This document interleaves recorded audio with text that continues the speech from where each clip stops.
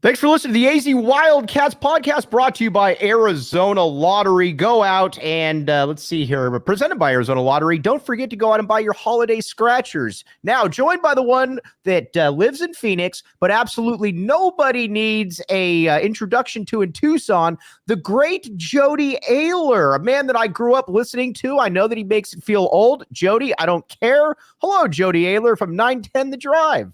How you doing, man? Great to see you. I once my first radio gig in Tucson, our Christmas present was a couple of scratcher lottery tickets. And if you're gonna get a gift from work, I heartily co-sign scratcher tickets. You can't go wrong with the scratcher tickets, Jody. And that's, again, here's the thing. Even if you don't win, it's still the process that you like about it. That's where I'm at. I'm all about enjoying life, even if we don't get what we want. Well, listen, you're a smart man, you're a wise man, and that's why we're here today. All right, Jody, speaking of which, you got to grow up, obviously, watching Arizona basketball at its apex. Under Lute Olson, Sean Miller did some very good things. It was different under Lute Olson. Obviously, every 4 years, it felt like we were getting into the Final Four. 98, 99, 01, 03, number one ranked team in the country. Arizona is ranked number one now. This just feels very Lute-esque, if that's for lack of a better term. It just feels a little bit different in the way they just overwhelm teams. What say you?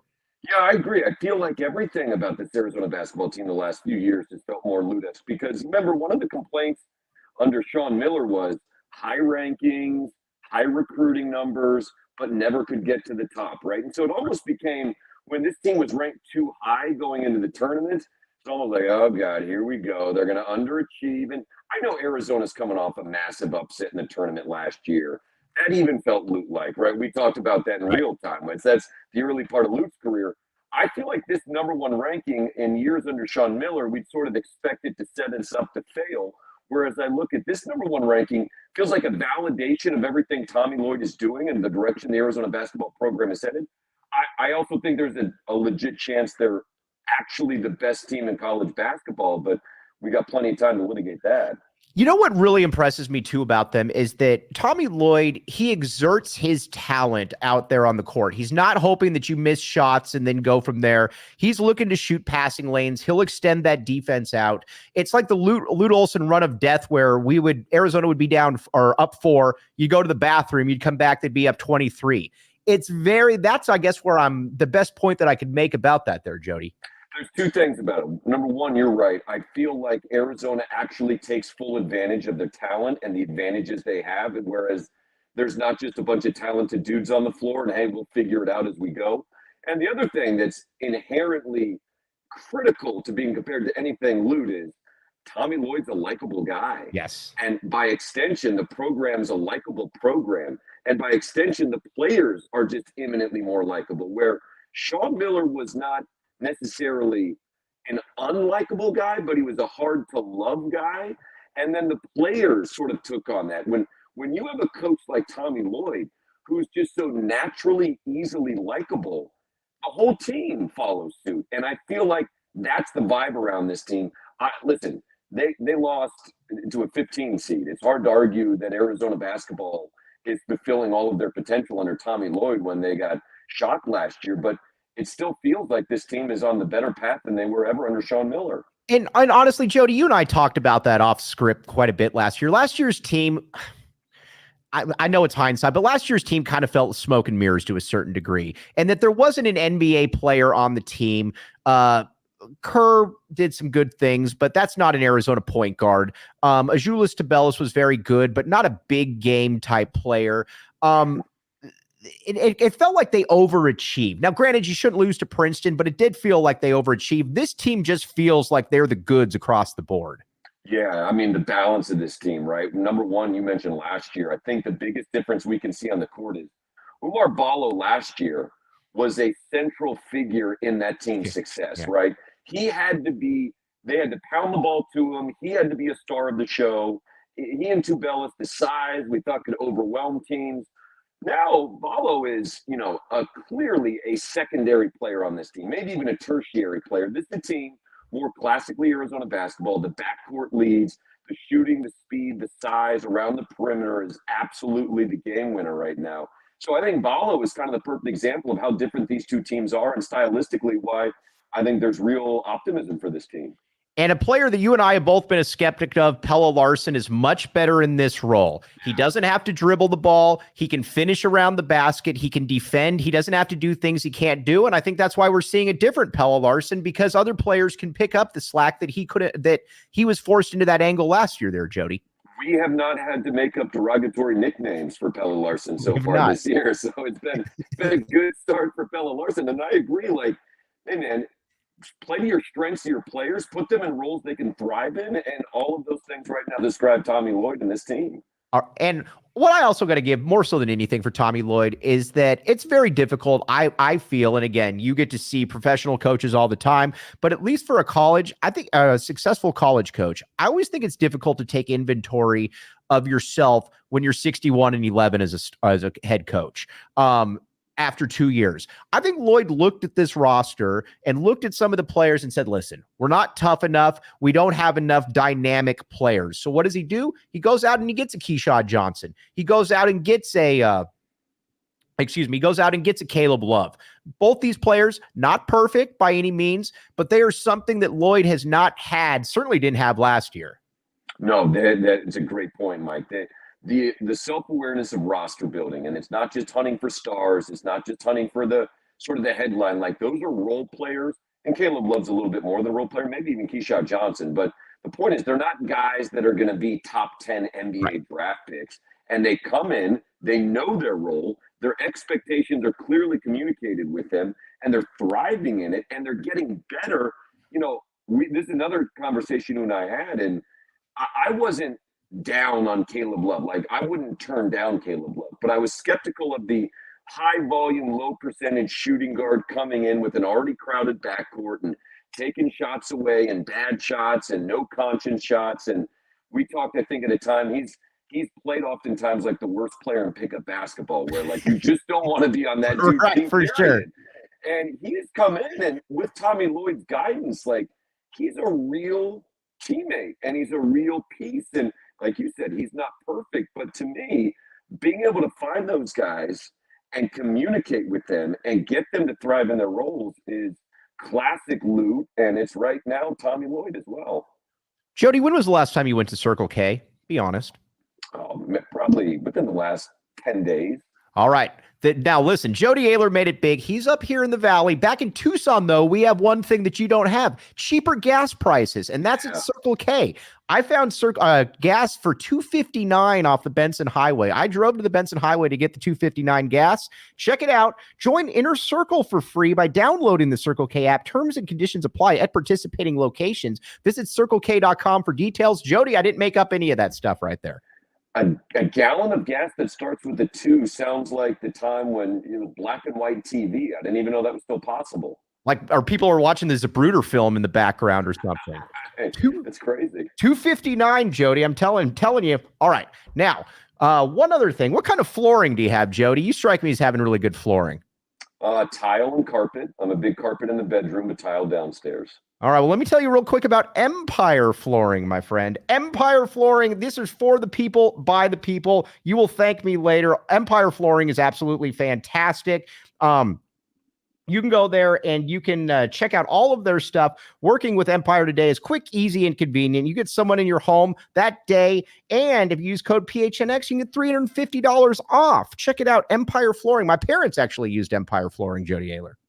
I think you have a very healthy relationship with your parents, don't you? Oh, no, I have a very, listen, most parents would have said, get out of here. You're annoying. You talk too much. These people actually welcomed me. So I got to give them something because most wouldn't. Shout out to Mike Luke's mom and dad. You got it. All right. By the way, when my dad would pick me up in high school, we would always listen to Happy Hour, by the way. Does your dad have a different take on my sports radio career than you do? Does your dad just secretly loathe my Arizona basketball and football takes? Oh, no, he loves you. He knew that I wanted to be like you growing up. So, I mean, if he actually likes me, he's probably going to like somebody I idolized. So I'll take it. Appreciate it. All right, let's talk a little bit, and then we're going to get to some Arizona football. But back just to Arizona basketball, it does feel to me like if it's not the best team in the country, it's as good as anybody. My question that I keep coming back to, Jody, is what do they lack? Where do you look at Arizona and say maybe not great outside shooting? You might want to pack that in, but size, athleticism, dynamic ability, they got pretty much everything. Yeah, I mean, the obvious answer is they just don't have experience winning at the highest level in the NCAA tournament, right? And that's, sure, that's something that can come. Keyshawn Johnson does, but I don't know how much of that translates to the rest of the team. So, yeah, I don't think on a basketball court they lack anything. As you mentioned, their size is deep, but it's not overextended. They don't rely on their size too much. Three-point shooting, as long as Kylan Boswell is able to shoot the ball as well as we've seen him, really, I don't have a lot of concerns at the three-point line, but they're going to be fun. I mean, really, it just comes down to luck, and it comes down to matchups, and it's going to come down to whether this team in the tournament can rise above. And I'm excited. Those are questions that under previous regimes you would sort of dread as the tournament got closer. I feel like a lot of Arizona fans now are itching for a fight again in the tournament, which is a fun spot to be. All right, Jody, one thing I think I was right on that I brought you over to is joining the Big 12 for basketball reasons. This is why the top 3 teams in the country will all be in the Big 12 next year, 4 of the top 6. Meanwhile, the Pac-12, is there anybody even ranked besides Arizona at this point after the USC loss to Gonzaga? Jody, I think I converted you on this. Yeah, there's a couple things. I'm glad you brought that up. Number one, it really bothered me, Mike, that after the Pac-12 football championship game, everybody was saying goodbye to the Pac-12, and there was all these, hey, look at the mascots, they're saying goodbye. I'm like, the number 1 ranked team in the country is a Pac-12 team for the next 5 months. Right. Maybe stop reading the eulogy of the Pac-12 until the NCAA tournament is over. Right. But it speaks to how poorly the conference itself markets itself. It's always been a college basketball conference, but that's never been something they've been able to maximize. And it just annoyed me after Oregon and Washington played a great game that everyone said, well, turn off the lights, the Pac-12 is over. I'm like, the best college basketball team in the country plays in the Pac-12. Let's show some respect, for crying out loud. And see, that's what I like about the Big 12. Listen, it's not the SEC in football. I'm not going to sit here and say that it's the SEC in football, but there's something with your mark that he knows that he's going to market. We're going to be the best basketball conference in the country, and we're going to try to be good enough in football. That to me is something, at least a vision that the Pac-12 never had. Like you just said, what did the Pac-12 market itself as? I mean, you had brands you could market, and they just never really marketed anything. Yeah, they clearly, I mean, it's bittersweet, Mike, because this was a great college football season for the Pac-12, and a reminder that it didn't need to be blown up. It was perfectly competent on its own. The quarterback played, the head coach, finally, these things are all cyclical, seem to be swinging back in the favor of the Pac-12. But then we got the college football rankings, and it's a reminder, if you're not in the SEC or Big Ten, whether it's the Big 12 or Pac-12, it's still going to be an uphill battle for Arizona. But at least there's a conference in the Big 12 that knows how to roll up its sleeves and fight. Right. Like, there's never been any fight from Larry Scott or George Kliavkoff. Like, Mark's going to fight, and you're going to hear about it, and they're not going to go quietly. And so it's nice to know that you're in a conference that has your back, as opposed to a conference that was serving someone's interests that's pretty much just the commissioner and nobody else's. Brett Yormark is not going quietly into the night, is what the great Jody Ayler is saying. No, he's a fighter. He might even be a biter, a scratcher, a clawer. Like, he's giving purple nurples out there. Like, he'll do whatever it takes. All right, let's talk. Let's move over to college football, because we've talked enough about our number 1 ranked team in the country. Where do you stand on the whole FSU thing? I'm curious as to your take on this. You want to get me going, man. Now you got it. So, to me, if you want to be the UFC or WWE, then just say you're the UFC and WWE. Those are sports, and the UFC specifically is a sport that gets to make the match for TV purposes. You're trying to sell a pay-per-view. You're trying to get as many eyeballs. So they just make matches. Some guys deserve it more than others. They get passed by if they're stylistically not the most exciting. There is nothing more important to determining who the best team is than actual competition. Yes. And college football believes opinion trumps competition. I made this comparison on my show this week, Mike. I listened to this comparison, by the way. I know where you're going, and I love it. In government, there's a separation of church and state for a reason. Doesn't mean that sometimes they don't cross-pollinate, but for the most part, you're allowed to worship and believe whatever you want to believe. We just don't want to govern everybody with those same ideas. The separation of church and state, fundamental to the execution of our country. I feel like in sports, there's got to be a separation of competition and opinion. It's the same thing. Like, you and I can argue all we want about the Big 12, Pac-12, SEC, Big 10, but when push comes to shove, it should be competition that determines who's the best. Florida State earned their right to prove they're the best. Plus, if you believe that sports are predictable, why are you watching? Most of the narratives that I enjoy in sports are teams that defy the odds, not reinforce the opinions of the public. And Florida State, would it be unlikely? Would it be, not very likely? Sure, but they could have won the national championship this year. That's why we watch sports. And let's call out some of the crap right here. Everybody talks about, you always hear the people that put in Alabama and they say, well, Florida State, they lost their starting quarterback. Let me ask you this. Do you think for a second that if Alabama went undefeated and they lost their starting quarterback, that they wouldn't be put in because they don't have their starting quarterback? There's no way. Well, it's also, listen, the committee, this is the last year the committee matters, right? Next year you expand to 12. The committee's just a bunch of randos. No one cares who they are, what they're doing. The committee this year was going to make it all about the committee, and that's exactly what they did. This was the last bit of power they had. People want to use the power they're given. They abuse their power in this case. And, I was saying this also, Mike, like, if you enjoyed the Diamondbacks World Series run, if you enjoyed the unpredictability and the beauty of a team defying all of the odds and proving everyone wrong all the way into the World Series, if you enjoyed that, you have no business championing Alabama over Florida State, because Florida State is what makes sports special. Would it have been, by the way, I'm not arguing that Alabama, Michigan is an objectively better TV matchup. It's just better TV. It's better for business, but sports are about competition first, everything else later. And see, that's the part that bothers me, is that you're taking it off of the field at that point, like you just said. Listen, if you're in a Power 5 conference and you go undefeated, I don't care how it happens. You have to be in there. And let's not make it out either like they don't have any good wins. Again, Louisville was a top 15 team in the country. Can you imagine if Alabama played Louisville without their quarterback and they beat them 16-6? All we would hear about is how great is that Alabama defense. That's all we'd hear. They've got Keon Travis, who's a top 15 pick. Yep. Jared Verse is a top 15 pick. They've got NFL talent. They've got depth. Their defense is probably deserves to be tested as one of the best in the country, right there with Michigan and others. And so, yeah, I think it's outrageous they didn't get a chance to compete for a championship. And college football finally next year gets to actually use competition to determine their champion. It'll be the first time in my life. I'm old enough to remember when they didn't even play head-to-head competition to determine a national champion in college football, for crying out loud. Well, remember that split national title with Nebraska and Michigan, where they didn't even neither team played each other. Right. It's crazy. So, yeah, I hate it. And, the only thing about Florida State that I would say is, I read a story about how the ACC was one of the leaders in not expanding the playoffs earlier. They could have expanded the college football playoffs this season, but the ACC commissioner was one of the leading critics of that. So college football is always an interesting place.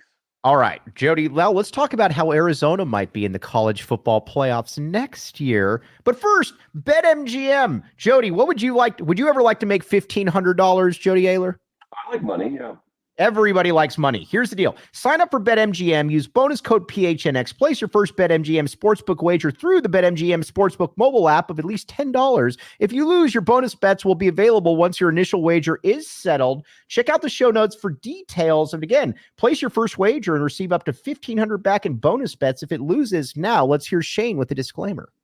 Problem? Call 1-800-GAMBLER. Colorado, D.C., Illinois, Indiana, Kansas, Louisiana, Maryland, Mississippi, New Jersey, Nevada, Ohio, Pennsylvania, Tennessee, Virginia, West Virginia, Wyoming. Call 877-8-HOPENY or text HOPENY 467-369 New York. Call 1-800-327-5050 Massachusetts. 21 plus to wager. Please gamble responsibly. Call 1-800-NEXT-STEP Arizona. 1-800-BETS-OFF Iowa. 1-800-270-7117 for confidential help Michigan. 1-800-981-0023 Puerto Rico in partnership with Kansas Crossing Casino and Hotel. Visit BetMGM.com for terms and conditions. U.S. promotional offers not available in D.C., New York, or Ontario.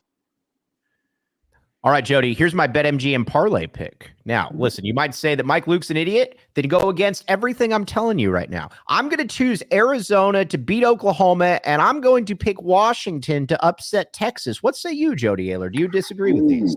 You know what? Dylan Gabriel out. Obviously, I'm going to back Arizona, back the A. You're back in the A. I'm back in the A. Washington, Texas. Steve Sarkisian and that team, it's always a bit flaky. The only problem is I kind of resent Washington because, they're one of the reasons the Pac-12 imploded, but hard to argue with Michael Penix Jr. All right. Who do you have a Heisman vote? No, I gave it up a few years ago because I didn't watch enough college football to make an actual, once I started having more than one kid, I was just basically reading other people's opinion of the Heisman. And I'm like, this isn't right. I should not be making the pick for the Heisman. Well, I still think that you probably watch more, though, than a lot of these people. I've talked with people that vote that admit that they don't watch. Who would be your Heisman pick, though? Probably Penix Jr. I just don't think Jayden Daniels feasting on bad teams and losing to the best teams on their schedule is Heisman-ish. I think this might be the most forgettable Heisman winner of my lifetime, right up there with Troy Smith and Rashawn Salam and some of those names. I'd probably do Penix, but Jayden Daniels' numbers are pretty eye-popping. It is very interesting. Have you looked at all the players that left ASU and how good so many of these dudes have turned out to be? Johnny Wilson at Florida State has become a monster. Gentry at USC, Norman Lott at Tennessee. Those were a lot of really good players that turned out to be quite good. Pearsall, the leading wide receiver at Florida, lost a lot of good players that turned out. Yes, it's amazing what happens when you bring talented players into a program with a coach that's actually awake half the time and a coaching staff that knows what they're doing. And there is a what if to the Herm Edwards era that if you just had a competent coaching staff, that they might have continued to win enough games to keep most of that talent in Tempe. Do you like Dilly? What do you think of Dilly? Yeah, I do like him. I think he's on the right path. My biggest knock on Dillingham is that he keeps preaching that the fans have to lead in order for the program to succeed. And I understand what he's trying to say. I understand that he's trying to get more buy-in, more involvement, more money for NIL. But listen, he grew up in Phoenix. He knows better than anybody. The success always leads the fans. The fans will not lead the program in any sport other than maybe the Phoenix Suns. And ASU is going to have to win for that money to start really flowing in. And that's on him. That's really on him. All right, talk about, I see a little bit of similarities with him and Jedd Fisch in just that you can tell that they both wanted these jobs. They both were fully invested. To quote you, they were both going to be awake the entire time, which I think is a big part of it. But Jody, looking at this Arizona roster, Rich Rod I thought was a great tactician. X's and O's, fantastic. But the Fiesta Bowl team, it felt a little fluky. You won some games on a Hail Mary. It was an undersized defense. You had a lot of guys that looked like me at wide receiver that he was just scheming into position. Nothing with this Arizona football team looks fluky. They look the part, Jody, across the board, which is something we're not used to seeing down in Tucson. Oh, they are the part. So here's my hypothetical I wanted to ask you. And you mentioned the Oklahoma game, right? Yeah. You know that Oregon is playing Liberty in the Fiesta Bowl? Yes. Which is just beneath the Fiesta Bowl, which is a great bowl game. And for some reason, Liberty is involved. We didn't get to see Arizona against Oregon. Would you rather see if we're just going to go road like the College Football Playoff Committee and throw all the rules and all the matchups and all the systems in place to make bowl games, would you have rather seen Arizona against Oklahoma now that we know Dylan Gabriel's out, but they haven't played since 1989? Or would you rather see Oregon and Arizona this year actually match up and square off in the Fiesta Bowl? Jody, you know the answer to that question. It's Arizona, Oregon by a mile, because first of all, Oregon's really good. Second of all, it's in the Fiesta Bowl. And I'm sorry, no, Liberty, it's a great story. I get all that. Nobody wants to watch them in the Fiesta Bowl. It's just the way it is. No, they're going to probably set a record for the fewest fans there. And I think if you put Arizona and Oregon in there, they probably could have sold out State Farm Stadium. And that would have just been fun for everybody. So, yeah, getting back to your point, I think Arizona, I got a lot of college football fans up in arms about this. I think they're a top 8 to 10 team in the country at the end of the season. And that's largely because they've got NFL talent. They've got high-end quarterback play. They've got high-end skill position play. And they got a coaching staff that knows what they're doing. There's not a lot of teams in college football that can say that. Jody, I'm rarely right about things, but one player that I will take credit for, and his father can vouch for this, is Noah Fifita. When I watched Fifita last year when he was redshirting, I would tell people, I said, listen, maybe I'm an idiot, but I'm the best. He's the best quarterback on this team. Now, it is interesting because he's 5'7". I'm taller than Noah Fifita. So he's not 5'11". He's legitimately 5'7". We've never seen anybody that short do what he's doing. But man, Jody, football just comes easy to this guy. You watch him out there, the way he climbs the pocket, the way he navigates, the way he moves around. It just looks like it comes easy for him, where JDL could do some good things, but it never looked like football came easy to JDL. He was looking to chuck it all or, do stuff. Noah Fifita, I'll just keep getting you first downs down the field into the end zone. He's also got that innate quality where guys want to follow him, right? Yeah. There's just an intangible to him that maybe that's because of his size and how pretty much every game he's overcoming the odds and guys are following that. But yeah, I agree. There was, an erraticness to JDL, the chicken with his head cut off, and 60% of the time something positive would happen, but 40% of the time something catastrophically bad would happen. And it's just hard to build momentum and success on someone who you can't really predict their level of decision making or consistency. With Fifita, as you mentioned, it comes easy. He's not the most physically impressive human being on the planet, but you feel really comfortable he's going to make good decisions, smart decisions, and positive results. What's wild to me, too, is how Jedd Fisch was able to put this entire unit around him. Look at the offensive line. You got a Jordan Morgan, a local player that they developed well. Then you've obviously got Jonas Savaiinaea. These are players that are probably going to be first-round picks. Everybody knows about T-Mac on the outside, Jacob Cowing, Jonah Coleman.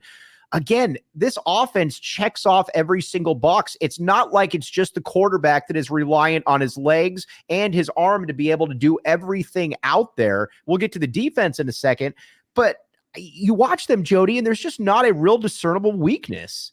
No, and they're physical and strong. I think one of the more eye-opening Arizona football experiences I've had was, I know USC in hindsight was an 8-win team and not nearly the juggernaut they were expected to be, but they kind of manhandled USC's defensive line. And the Arizona Wildcats offensive line was the most physically impressive group on the field. And I don't care what the results say. USC's got 35, potential NFL players on their roster at any given point, it feels like. Right. And I was just kind of blown away by how Arizona's size and physicality. You mentioned this with Rich Rod. I feel like we were all in on it. We were all sort of wink, wink, nod, like this is fun. We all are enjoying this, but we know this is all kind of smoke and mirrors BS. Yes. And I don't feel any of that with this team. In fact, it's such a damn shame that the college football playoff expansion is happening next year and not this year. Now, doesn't mean that Arizona's not potentially set up next year, but it's hard to duplicate the magic of this season for the Arizona Wildcat football team, in my opinion. What's exciting to me, though, is that you return 18 of 22 starters, though, and the players that aren't eligible, or all the really good players aren't eligible to leave. Obviously, T-Mac is not eligible to leave. Big Jonas Savaiinaea not eligible. Jonah Coleman, all those guys. Now, listen, you lose Jordan Morgan. That's a loss. You lose Taylor Upshaw. You lose a couple other dudes, Jacob Cowing. But when you return 18 to 22 starters, and when you're looking at the two deep, theoretically returning 37 of 44, and again, Arizona fans, as you know better than anybody, have always, whenever you bank on something good happening, it generally doesn't, but it feels like next year could be special. Totally. They're building something, but there was a specialness to the season where everybody was rowing in the same direction. Not to go all PJ Fleck on you, but everyone was kind of in the same direction. everyone was motivated by the same team universal goals. Right. Next year, I don't know that that's going to be the case. I certainly hope it's going to be the case. By the way, I wanted to ask you this as well, because you know this world so much better than I do. You mentioned T-Mac and Fifita. Why didn't somebody offer them $2 million each to come play in the SEC for a program that because perpetual free agency is here in college football. You don't have to be in the portal to find out how much your value is. Right. I was a little nervous that some deep-pocketed SEC team was going to kind of drop life-changing money, specifically on Fifita, who's not going to be an NFL quarterback, is not going to make NFL money, and would have every reason to seek out the highest dollar in order to cash in on his value. I'm kind of surprised that hasn't happened, or maybe it has and they've rebuffed it. I don't know. And again, I'm just spitballing here, but I think a lot of it too is that you can't really, and again, this will sound cliche-ish, but I don't know that you can put really a price on happiness. And what Fifita has done, first of all, he comes from, you go to private school in Orange County, you're obviously not, picking quarters out of the couch cushion, to get your lunch money. But the one thing about him, though, is that he's still a 5'7" quarterback, where you've got a staff that fully believes in you, that is allowing you to be able to do essentially what you want for the next 3 or 4 years. If you're in his spot, at least from an on-the-field perspective, and I totally appreciate what you're saying, but it's hard sometimes to mess with a really good thing. And then with T-Mac's going to be a first-round pick, so that money will be there. It's a good question, and I think we are going to reach a critical mass at some point, though, where schools like Arizona or whoever, a school just says, okay, here's $3 million, bring over. But I think it's a little bit of a unique situation for Arizona, because all of these dudes, keep in mind, Fifita had one other Power 5 offer. Jacob Manu, who is a stud from the same high school, didn't have any offers. They've obviously feel very comfortable with Jedd Fisch, and I think there's something to be said for that. Just, the price of happiness. It's a good point. I just feel like I've probably gotten so cynical with college football that I didn't believe that still existed. Right. And it really was just, hey, Clemson's desperate for somebody to come in and save Dabo's job. Why not offer $2 million a pop to Fifita and T-Mac? And now you're spending $4 million. And by the way, you'll make that back times 10 if the team ends up being a top 8 team in college football next year. And so I'm surprised for all the right, good reasons, but I was a little anxious that Arizona was just going to get raided and plundered by some NIL collectives across the country. And so far, so good. One thing Jedd Fisch, I think, has also shown, too, is that players like being here. I mean, you can tell from the recruiting perspective. You can tell by – and you know what I like about Jedd Fisch to a certain degree? I don't always agree with it, but I also like coaches that if somebody takes a shot at them, they take a shot right back at it. Listen, I mean, without getting into it, Rushing's father took a lot of shots at Jedd Fisch, couldn't develop talent, all of that. So what does Jedd Fisch do every single press conference now? He talks about how they take pride in developing talent, and he leads with that all the time. Honestly, Jody, I think players dig that type of stuff, as opposed to the, I'm not going to address any unfounded accusations or stuff. Jedd Fisch has fun with the game. This is sports, and he has fun with it. Yeah, he knows how to make a genuine connection, and he knows how to be a real human and not just some, automated coach bot that sits up there and spits out cliches. Also, we should add, just because we're both can speak to this, Arizona's and Tucson is a great place to go to college. It's a great place. If you're 18 to 22, being in Tucson is a great thing. It's great for anyone to live there, but specifically for a college student, you can't do much better. You really can't. You know what you can't do much better? Winning the Arizona lottery, Jody Ayler. It's so good, we're going to bring it up a second time. Okay, here. Head to Holiday Scratchers for Arizona Lottery. Make your last-minute shopping easy, and they make a perfect gift. Scratchers start at just $1. Top prize is $500,000. Go out and buy your Holiday Scratchers today. Maybe you can strike it big like Jody Ayler, get that money, and then get on to the radio here in the Valley. Be like Jody Ayler. Or Gila River Casino. Have you ever been to Gila River Resort and Casino, Jody? Oh yeah, for sure. All right. Did you like it?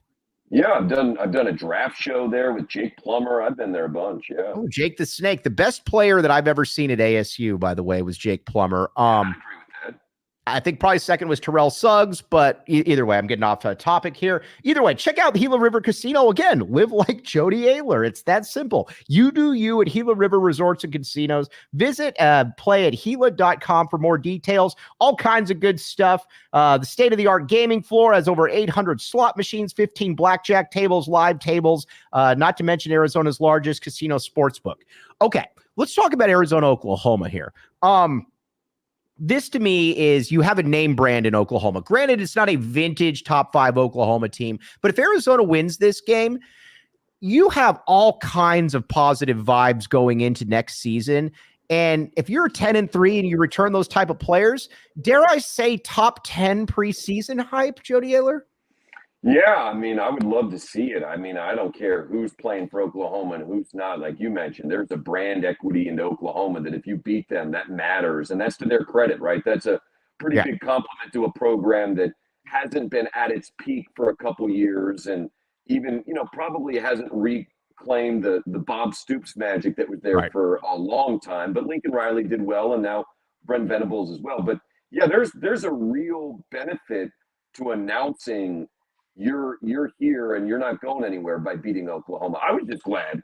God, it's been a 6-year drought. We had a 10-year drought. It feels like every bowl game I've watched in my life for Arizona is BYU, Nebraska, or Oklahoma State. So I'm just thrilled it's something new and different and not a team that's on their schedule for the next 3 years. It feels like Arizona played Oklahoma State like 7 times in a 3-year period. So I'm glad to play their big brother and the Sooners. So I'm with you. Top 10.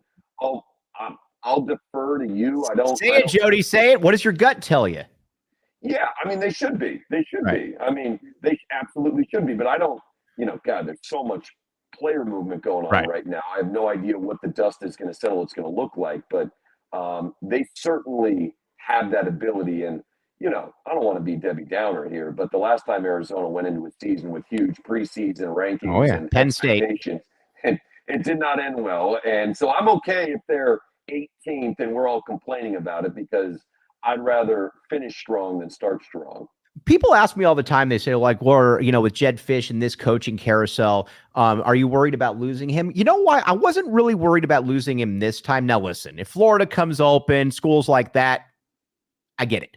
But listen, if you're Jedd Fisch and you have 2 straight top 10-ish type seasons at the University of Arizona where it doesn't look like a fluke and it becomes 100 when it looks sustainable, all of a sudden then you're in line for better jobs than UCLA, Michigan State. I know those jobs can pay, but let's be honest here. What are really the apex wins at those type of places? If he does this another year, then he can really start to schools start coming to him as opposed to him start coming to other schools. So to me, it's almost betting on yourself. Now, granted, you don't want to ever lose him, but it makes a lot of sense to me to come back because you're betting on yourself and you got a really good product, by the way, as opposed to going to UCLA and starting over from scratch in a Big Ten West that's probably going to be difficult. Yeah, I would not have taken the UCLA job. I think Michigan State's a real good job. I think if he were offered that job, I think Jonathan Smith's a great hire by Michigan State. I agree. Frankly, I'm thrilled nobody did, but it's sort of ammunition. I'm sort of insulted that nobody tried to drop a bag on Jedd Fisch because they screwed up. Like the dude, I think Jedd Fisch's reputation works against him a little bit, Mike. I think he's known as a climber. When he took the job at Arizona and you looked at his resume and it's 2 years here and 1 year here and 1 year here, everyone assumed he was just going to be climbing. And I think there's something that other schools don't find desirable about Jedd yet that I think we all see. Like, this dude's kind of built a special thing at Arizona in a more sustainable way than, I would take Jedd Fisch all day long over Mike Stoops. I think there's an argument to be made that Jedd Fisch is probably the most successful Arizona football coach ever. Right. We'll probably get into the all-time debate here on the show at some point, but I just think what Jedd's done is probably the most impressive thing that Arizona football's ever had. You know what it was with Stoops? Stoops always felt to me that he could get you from, I think he was the right man at that time to take over for Makovic, brought some enthusiasm in, but Stoops could only get you from point C to point B. He was never going to be able to get you from point B to point A, where Jedd Fisch doesn't feel like he has any of those limitations whatsoever because he can bring in the talent. He can obviously coach it, and he understands all the other stuff too. I mean, listen, in Tucson, it can be kind of an apathetic football fan base, as you know.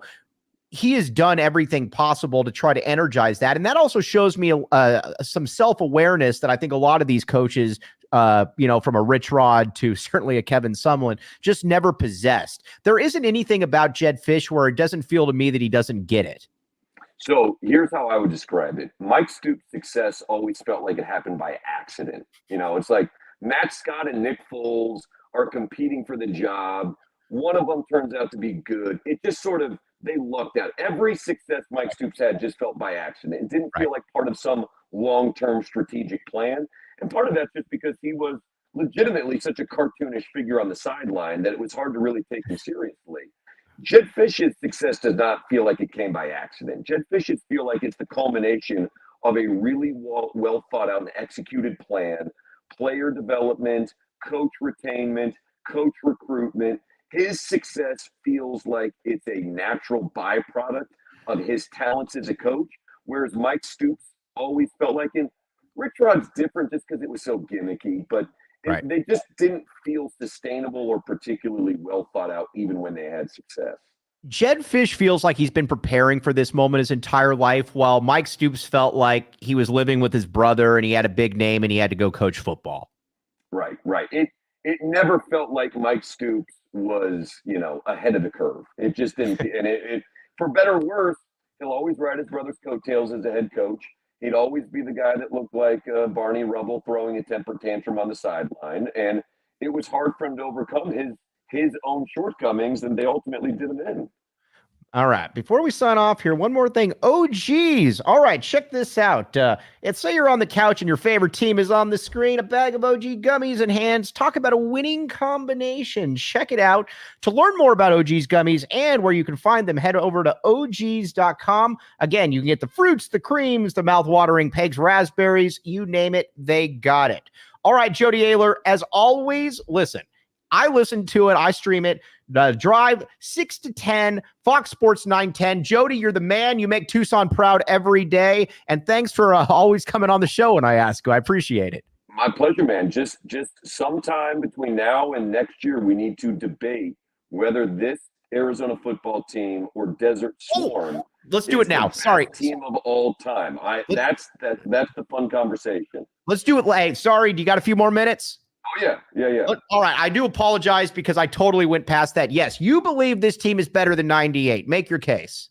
Here's my case. Nothing in sports is better in 1998 than 2023.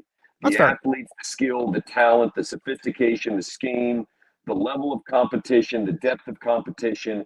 But beyond that, I feel like so the way Arizona football fans feel about the 98 team would be like how you feel about your high school girlfriend if you never had another girlfriend. Meaning, there's never really been something to compare the 98 team to. Right. So you've always romanticized this idea. And granted, I love the 98 team. Here's another fact. Most people, 98% of the people, you and I included, watched like 4 of those games max. They weren't on TV. Right. If you lived in Tucson, you might have gone to them. You probably didn't. So what you're left to deal with is maybe 1 or 2 dominant performances that you watched in a bowl game or in the season. Watching this team every week and having all of the information we have and all of the NFL evaluative tools, to me, it's undeniable. It's just a significantly more talented team. And beyond that, what they did and how they did it just feels more real and appropriate for college football. Whereas, as a Nebraska guy, like you could be an incredible college football team in 1995 if your defense was unbelievable and you had, Tommy Hamburger throwing passes. It didn't matter. Right. All right. Here's where I'm going to challenge it a little bit. I'm a big believer in NFL talent for things. I believe that's why Rich Rod never felt sustainable to me. He didn't have any NFL talent. That team had 19 future NFL players and 11 guys that started over 50 games in the NFL. That to me matters a lot. You also had in Chris McAllister a at least in my opinion, that I wasn't able to really fully appreciate Brewski and Waldrop and all that. The best player that I've ever seen at Arizona, in my opinion, was Chris McAllister. And then you had obviously Trunk candidate, first round pick, Dennis Northcutt, there was just so much raw talent. It wasn't like the Desert Swarm teams were really good, but that always felt like so much of a scheme, a system, the little engine that could, for lack of a better term. Whereas 98 felt like it just checked off all the boxes. And again, they went 12-1, but I always go back to the 19 NFL players, but it's going to be interesting on this, Jody, because you're probably going to be right. How many NFL players do you think from this team ends up in the NFL? Like ends up playing in the NFL? Yeah. Oh man, I think there's probably 7 to 9 guys minimum that are going to be like first 5 rounds of the NFL draft picks. Right. And then there's probably a handful others that are late round picks or undrafted free agents. But yeah, I mean, a lot of it comes down to like, does Jacob Cowing stick in the NFL, right? What's his role? Where does he go? What's the success? There's probably 3 offensive linemen. Defensively, you could probably count on at least 3 or 4 guys that are going to be rotation defenders in the. So, yeah, I mean, I think you would also look at college football back in '98, where there was just a smaller pool of teams producing NFL talent. True. So it was a little bit more consolidated. And I just think this team I've never seen an Arizona team with this O-line and D-line and quarterback play all happen at the same time. I've just never seen it. That just kind of, let's be honest here, just kind of beats the snot out of you. You feel like after playing Arizona that all these teams are going to be sore. This is a badass football team. It is. Like, they're a badass. And we've had badass defenses. You know, Khalil Tate was kind of a badass, right? There was that trip, but you never had a whole team of badasses. And that's what this team feels like. Let's put it this way. If you go back to 98 and you're like, all right, let's take that 98 team. And they are going to play. Who ended up being the top team in 1998? Whoever the standard bearer in 98 was. Peyton Manning, Tennessee. Okay. If you've got that matchup, and then I would give you now this Arizona team against Michigan, and you had to bet everything on one of those Arizona teams beating the standard bearer in college football, I'm taking this team all day long because I know there's not really a weakness to it. Right, dude. Dude, Jody, you've converted me. I agree with you. No, honestly, I do. I would give Arizona a legit.